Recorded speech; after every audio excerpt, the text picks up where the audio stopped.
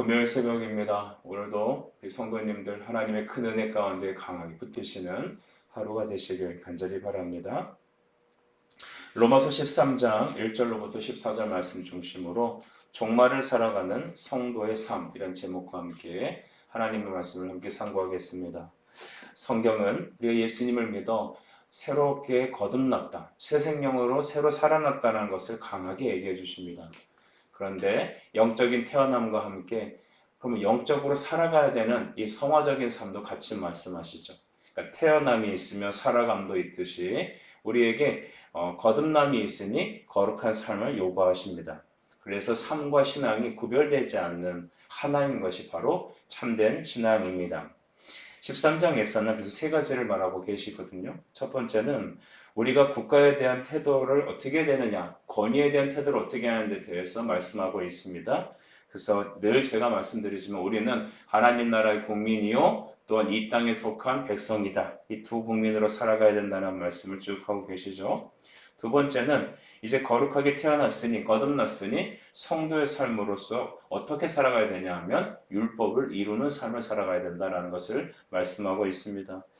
예수님께서 우리에게 주신 복음은 단순히 죽지만 않는, 지옥만 안 가는 것이 아니라 하나님이 정하신 이 땅에서 거룩한 삶을 요구하기 위해서 이제는 전에는 우리를 가두고 책망하고 두려움을 주는 율법에서 이제 그 율법이 우리가 믿음으로 순종할 수 있는 축복의 법으로 바뀌었던 것입니다.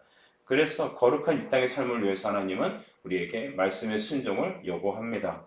세 번째는 이제 종말을 이제 살아가는 성도들에 대해서 권면하는 것들이 있죠. 그래서 낮에와 같이 단정히 행하라.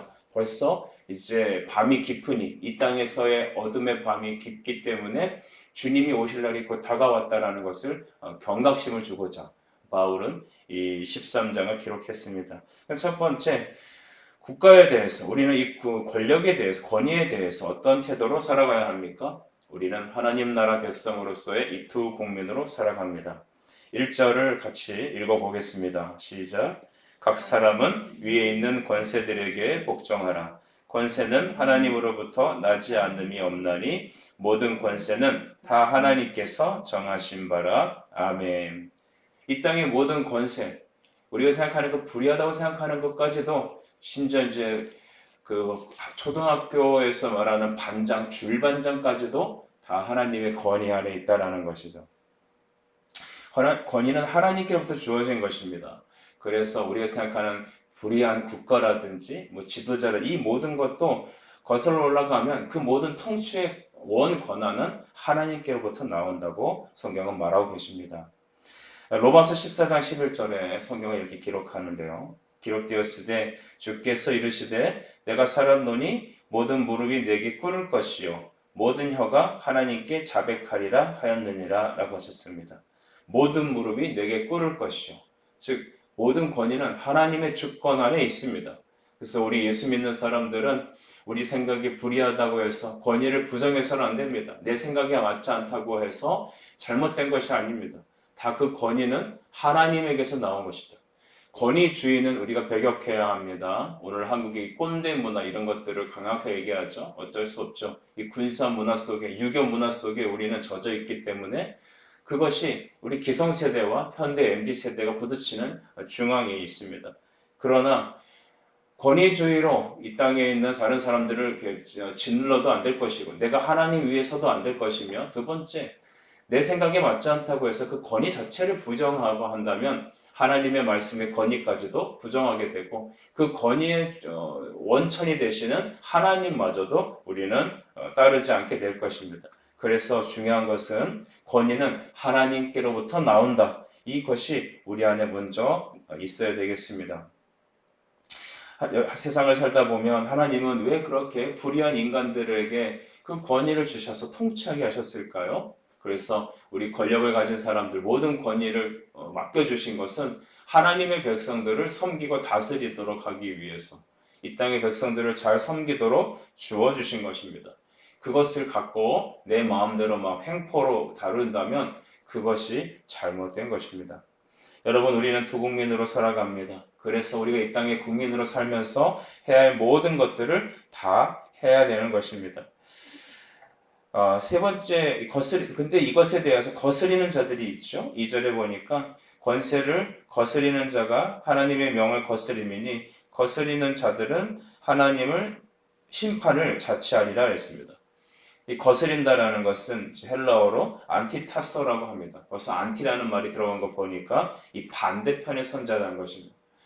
어떤 문제가 있어서 그 문제 반대에 있는 것이 아니라 반대를 위한 반대입니다. 우리 염소를 기억하면 알겠죠. 주님께서 이 땅에 오실 때 한편에는 양을, 한편에는 염소의 무리를 나누신다고 하셨습니다. 그때 이 염소는 어떤 특징이 있냐면 안티타소, 거스리는 자죠. 하나님을 들이받고 말씀을 거부하고 주님이 세우신 권위를 부정하는 그런 것들입니다. 그래서 우리 과거에 이 프랑스부터 시작됐던 이제 세계적인 이제 동향을 보면 68 혁명이라는 게 있지 않습니까?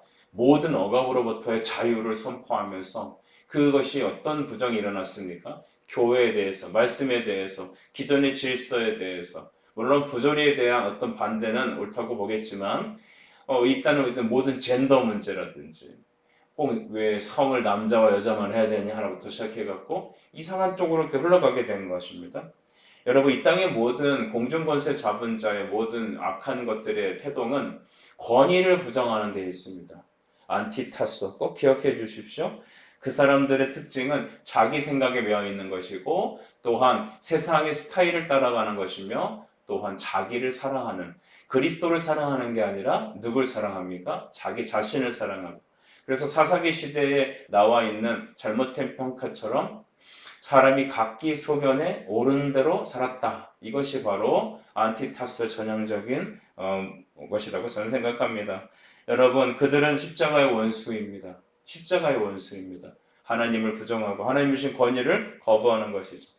권위가 잘못됐다는 것은 지적하고 바꾸면 되는데 그 권위 자체를 부정하는 것이죠. 장을 담갔는데 장에 구더기가 생겼다고 장독 자체를 깨버려선 안 되겠습니다.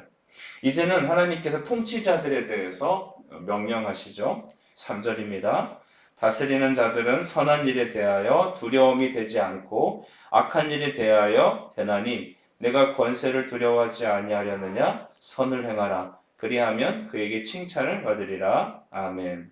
다스리는 자들 하나님의 권위를 위양해 주신 위임해 주신 통치자들에 대해 말하고 있습니다.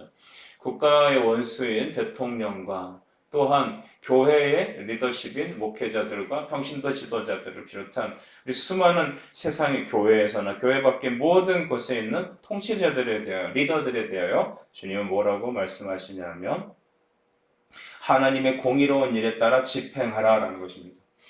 웨스터민스터 신앙 고백서에 보게 되면 그 권세에 대하여 뭐라고 말을 합니까? 나라의 주권자들에 대해서 그들의 책임은 백성을 보호하고 특별히 교회에 대하여 주님의 예배와 교회를 지킬 의무가 있다라고 거기 명시되어 있습니다. 그래서 그것들 권위자들이 그 하나님의 교회와 국민들의 안정과 또한 자기들이 해야 될 그 공적 의무를 성실하게 다할 때는 그들에게 협조하고 그들에게 내야 할 세금도 내고 그들을 존경하고 따르라고 말합니다. 그런데 그 반대도 있겠죠. 그 반대는 어떤 경우입니까? 교회 예배를 금지하게 하고 하나님의 일을 막고 선교를 막고 박해할 경우는 불순종할 것도 우리 교회 안에 있다는 것입니다. 로마서 12장 2절에 주님 뭐라고 말씀하시죠? 이 세대를 본받지 말라라고 하셨습니다. 즉 권위라고 해서 위에 있으니까 무조건 따라라? 그것은 잘못된 겁니다. 성도들에게 거부권이 있습니다. 교회에 대하여, 이 지도자들에 대하여 우리는 그들이 하나님 말씀에 어긋나고 우리의 예배와 신앙생활에 성도들의 어떤 신앙생활 삶을 어렵게 만들 때는 그들을 부정할 우리의 권한이 있는 것이죠. 하나님 리더들은 그러므로 하나님의 사역자들로 쓰시는 겁니다. 그들이 예수를 믿든지 안 믿든지 넓게 본다면 이 땅의 대통령도 하나님이 쓰시는 종이고 국회의원도 그렇고 다 그렇습니다. 근데 그들이 하나님의 말씀과 하나님을 믿는 성도들의 교회에 대하여 신앙을 방해하고 잘못된 통치를 할 때, 그러니까 이념적 통치가 아니라 하나님 말씀에 의하여 잘못된 통치를 할 때 우리는 그들을 거부할 수 있다는 것이죠. 그러나 그 권위 자체에 대해서는 하나님께서 주신 것이기에 따라야 된다라고 성경은 이렇게 정리해주고 있습니다. 7절을 보시겠습니다. 모든 자에게 줄 것은 주되 조세받을 자에게 조세를 바치고 관세를 받을 자에게 관세 바치고 두려워할 자를 두려워하며 존경할 자를 존경하라. 아멘. 성경의 말씀입니다. 여러분, 두려워할 자, 존경할 자 마땅히 존경해야 합니다. 오늘날 우리 현대사회를 보니까 참 예의가 사라진 것 같습니다. 그래서 마땅히 해야 될 그것들이 많이 무너졌다고 봅니다. 그래서 교회 안에서도 이 교육자들 간에서도 젊은 교육자들은 과거와 달리 이 어떤 체계 질서 자체가 무너지고 이제는 알바생들이 존귀하게 됐고 교회 전도사님들이 매우 귀한 시대가 되었습니다. 현대 문화가 여러분 무조건 자기 이해에 맞지 않으면 사표를 던지고 나오는 일도 비일비재한 것 같습니다. 성경은 그러나 그것을 시대의 풍조라고 말합니다. 사랑하는 우리 젊은 성도 여러분들, 또 우리 기성의 시대에 있는 성도 여러분, 우리는 두려워하며 존경할 자를 존경해야 합니다. 우리 생각에 맞아서가 아니라 하나님이 그렇게 명령하셨기 때문에 우리는 가야 합니다. 우리 자녀들에게도 가르쳐야 합니다. 존경할 자는 존경해야 된다. 여러분, 예의를 상실해서는 안 됩니다. 여러분, 우리는 인격을, 하나님이 주신 고결한 인격을 가지고 하나님의 사람들과의 관계와 주의 말씀에 따라 복종해야 합니다. 시대가 그렇다고 시대에 맞춰 가겠습니까? 아닙니다. 자녀들에게 마땅히 이 말씀을 가르쳐야 합니다. 그렇지 않는다면 말씀의 권위마저도 흔들릴 것입니다. 무조건적으로 과거에 있었던 잘못된 권위주의에 따라서 그냥 군사 문화 속에, 유교 문화 속에 엎드리라는 얘기가 아닙니다. 성경대로 믿어야 합니다. 성경에서 권위가 하나님께서 나오는 것이니 너희는 그 권위자들을 순종해라. 오늘 성경에 있던 것처럼 줄 것을 주고 조세받을 자에게 바치고 하나님 말씀의 룰에 따라 순종하는 겁니다. 그런데 현대 문화는 그렇지 않다. 내 생각은 다르다 해서 자기 마음대로 방종을 한다면 여러분 어떻게 주님의 교회가 세워지겠습니까? 어떻게 여러분 우리의 신앙의 목양이 이루어지겠습니까? 이 시대의 사탄의 특징은 기존의 권위를 무너뜨려서 그들이 하나님의 말씀에 따를 수 없는 하나님의 교회 조직을 흔드는 그런 일을 하고 있다는 사실 우리는 꼭 기억해야 될 줄 믿습니다. 여러분, 이제는 주님께서 우리에게 사랑은 율법의 완성이다 라고 말씀하시면서 이 땅에 살면서 성도들에게 이제는 거룩한 삶, 믿음의 삶을 살기 위하여 하나님의 사랑으로 기록된 율법의 말씀을 조망하고 있습니다. 8절 말씀을 보시죠. 피차 사랑의 빛 외에는 아무에게든지 아무 빛도 지지 말라. 남을 사랑하는 자는 율법을 다 이루었느니라. 아멘. 여러분, 남을 사랑하는 사람은 율법을 다 이루었대요. 그런데 우리가 남을 어떻게 사랑합니까? 여러분은 여러분 자신을 사랑하시고 용납하십니까? 우리는 많이 죄로 인해서 그게 잘못돼서 막 뭐랄까요, 이 되게 철두철미한 율법주의자들을 잘 보면 자기 자신에 대한 사랑이 사라진 거예요. 자기 자신을 진정 사랑하는 사람은 어떤 사람이냐 하면 자기 생각과 고집에 묶여있는 사람이 아니라 하나님을 사랑하는 사람입니다. 하나님의 사랑에 붙잡힌 바 되면 나의 죄가 얼마나 큰지를 깨닫고 하나님의 사랑으로 기록된 이 율법의 말씀을 따라가게 되어 있습니다. 여러분, 하나님은 사랑이십니다. 그리고 그 하나님의 사랑을 받은 사람은 바로 율법을 믿음으로 순종할 수 있는 바로 방법이 생기는 것이죠.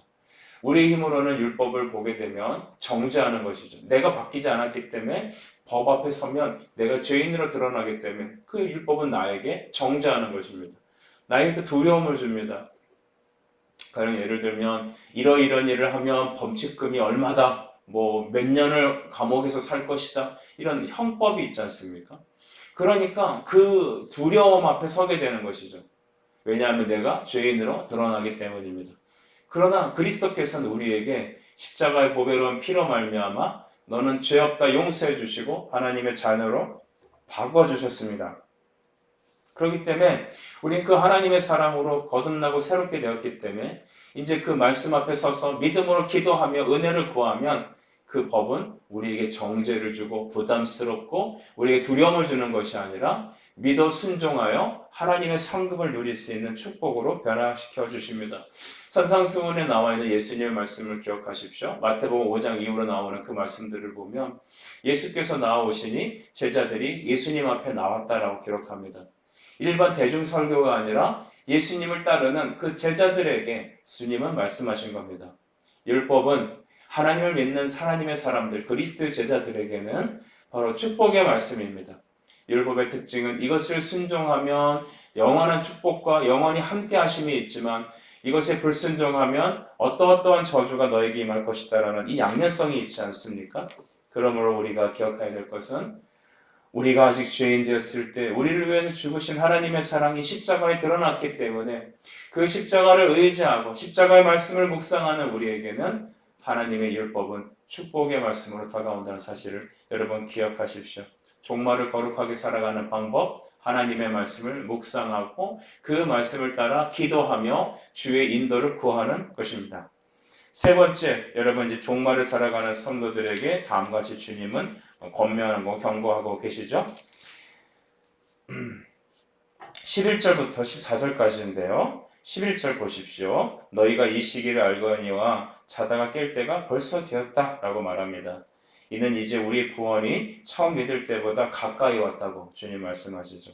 세상의 사람들이 살면서 참 세상이 악해졌다고 말합니다. 묻지마 범죄부터 시작하여서 악한 일을 저지르고도 뻔뻔하게 공중 앞에서 말하는 그런 잔혹무도한 범죄인들을 보면서 우리 말세라고 얘기합니다. 우리 자녀들이 또 부모의 말에 불순종하고 과거와 달리 젊은이들은 더 이상 교회에 선신하고자 하는 마음들이 없고 자꾸 세상으로 나가려고 하는 그들을 보며 세상의 말세라고들 말합니다. 이 말세는 이미 예수님께서 이 땅에 오시면서 말세가 십자가에서 십자가를 지시면서 이미 말세는 시작되었습니다. 지금은 종말을 살아가는 시대입니다. 성경은 말합니다. 밤이 가까움이 깊을수록 아침이 가까이 왔다라고 말하는 것이죠. 12절에 보십시오. 밤이 깊고 낮이 가까웠으니 라고 말합니다. 여러분, 우리 앞에 소망이 없어 보입니다. 점점 세상은 더 악해져 가는 것 같습니다.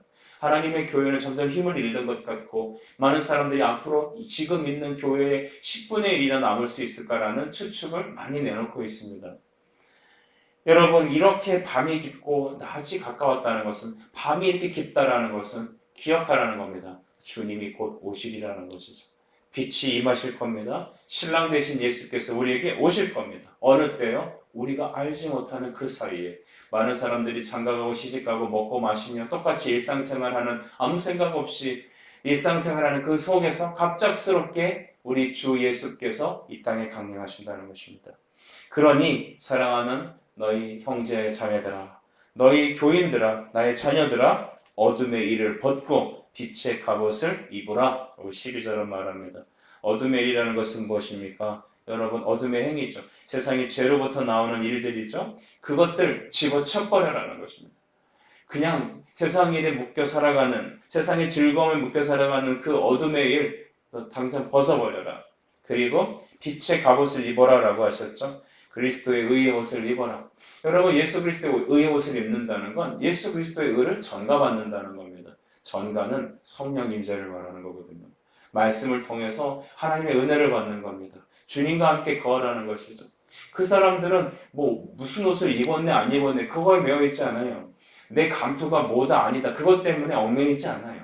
내가 얼마나 화려한 차를 타고 안 타고 그것에 묶여 있지 않습니다. 내 동창생들 다 몇백만 원짜리 핸드백을 들고 다니고 막 자랑해도 그것이 내 눈에 부럽지가 않은 것이죠. 아, 좋네라고 하죠. 봉다리 하나만 들고 다녀도 예수와 함께 그리스도의 옷을 입고 다니는 사람은 당당합니다. 왜냐하면 그 에르메스 백은 곧 여러분 불타 사라질 것이기 때문에 그렇습니다. 여러분, 오늘 말씀을 정리할까요? 종말을 이 세 가지를 좀 나눠서 잘 설명해도 너무 은혜롭겠습니다만 종말을 살아가며 성도들은 우리에게 말합니다. 얘들아, 밤이 깊고 낮이 가까웠다. 이 어거스틴이 이 말씀을 읽고 회심했습니다. 낮에와 같이 단정히 행하라. 13절 방탕하거나 술 취하지 말고 음란하고 호색하지 말며 다투거나 시기하지 말아라. 왜 그럴까요? 빛이 곧 오기 때문에, 예수님 곧 오시기 때문에 너 예수님 옷을 입고 주님을 만날 그 준비를 잘해라. 신부로서 있어라.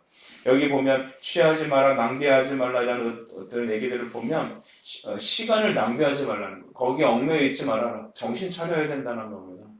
왜냐하면 밤이 깊었으니, 이렇게 세상이 악해졌으니, 소망이 없으니 곧 아침이 밝을 것이기 때문에 그렇습니다. 사랑하는 여러분, 이 시대를 살아가면서 여러분 많이 속상하십니까? 많이 힘이 듭니까? 여러분 힘내세요. 밤이 깊었으니 주님이 곧 오신다고 말합니다.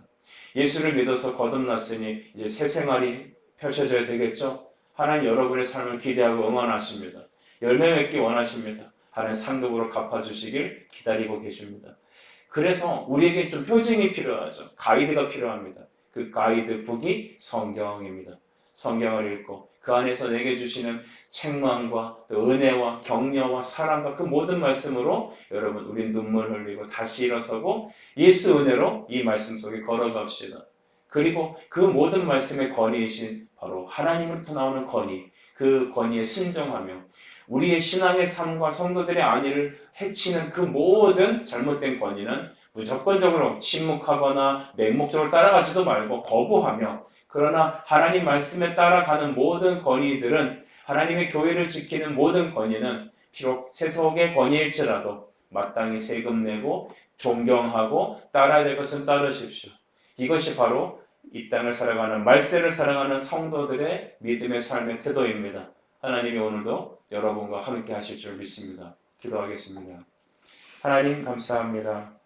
이때 마지막 세대를 살아가는 우리 성도들에게 이 세 가지 지침을 주셨습니다. 권위에 대한 순종, 사랑의 완성인 율법이 우리의 말씀의 삶의 가이드라는 것, 밤이 깊고 낮이 가까웠다는 것을 알려주시는 종말의 근관 우리 성도들의 삶. 주님, 이 세 가지 주제를 오늘도 우리가 묵상하면서 우리의 삶에 적용하면서 예수님과 함께 걸어가는 은혜의 시간 되게 주여 축복해 주시옵소서.